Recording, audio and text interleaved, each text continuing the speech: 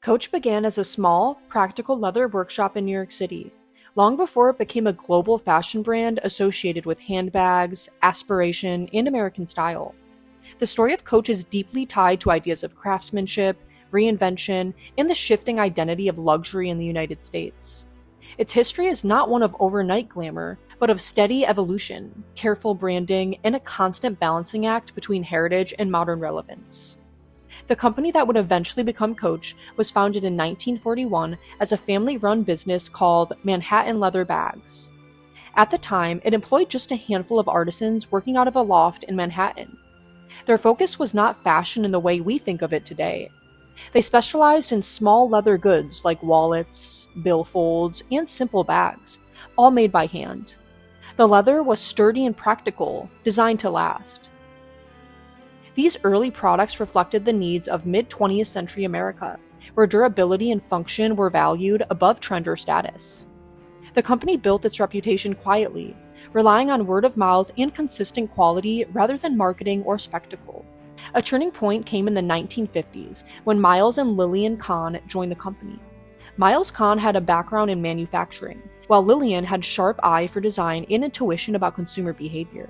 Together, they would completely reshape the future of the brand. One of the most important developments in Coach history happened almost by accident. Miles Kahn noticed that a baseball glove, which started out stiff and rough, became softer and more beautiful with age and use. This observation led to experimentation with leather tanning techniques. The result was a new kind of leather that was supple, flexible, and durable, able to age gracefully rather than wear out.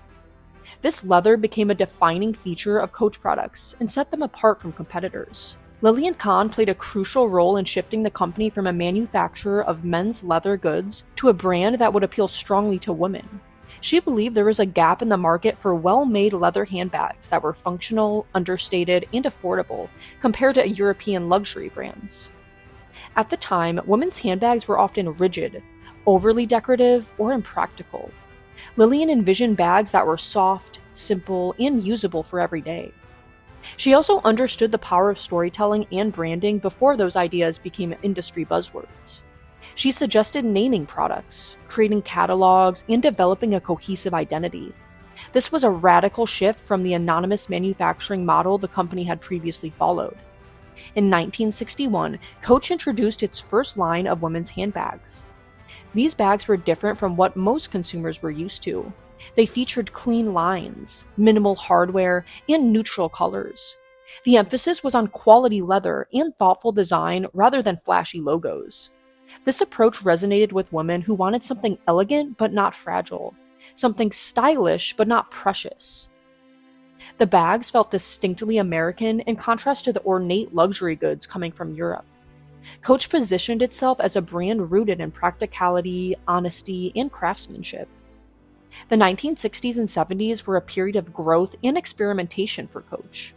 The brand expanded its product offerings and began opening its own retail stores, allowing it to control the customer experience more directly.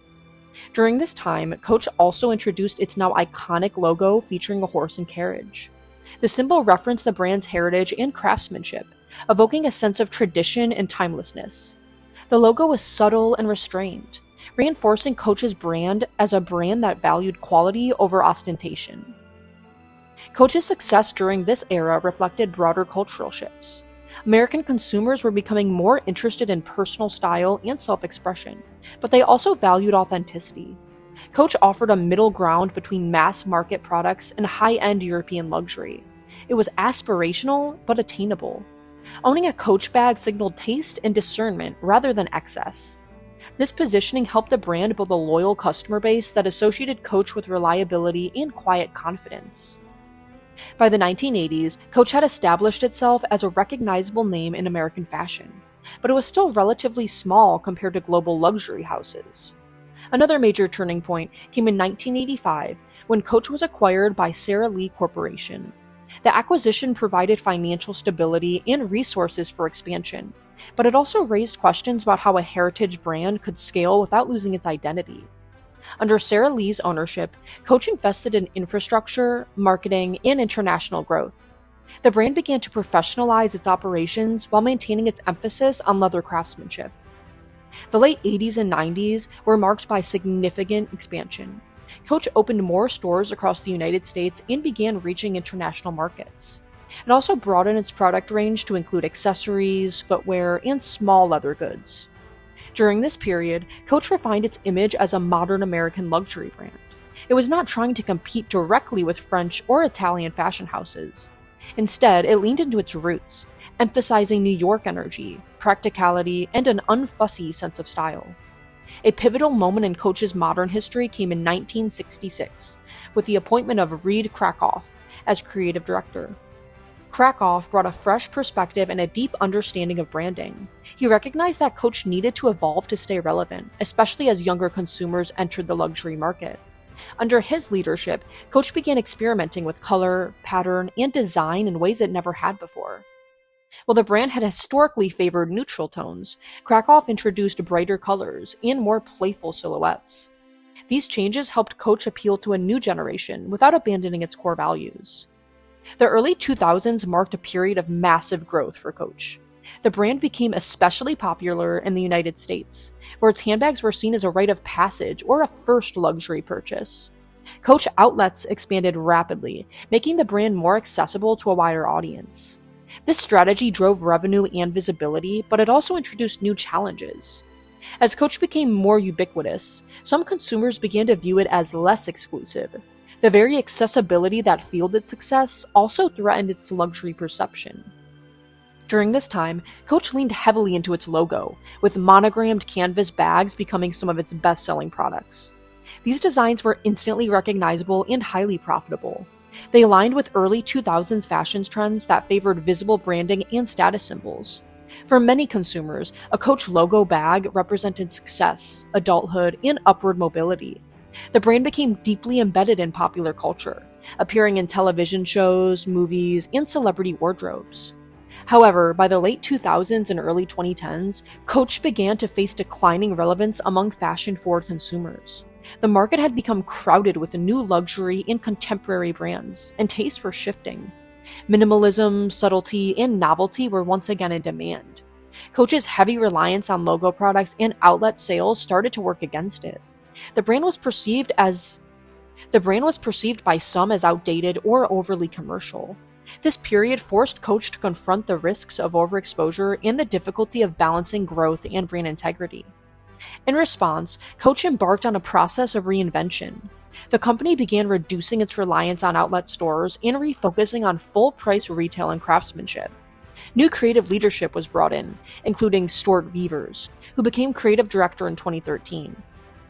Stuart emphasized leather quality, design heritage, and a return to the brand's roots.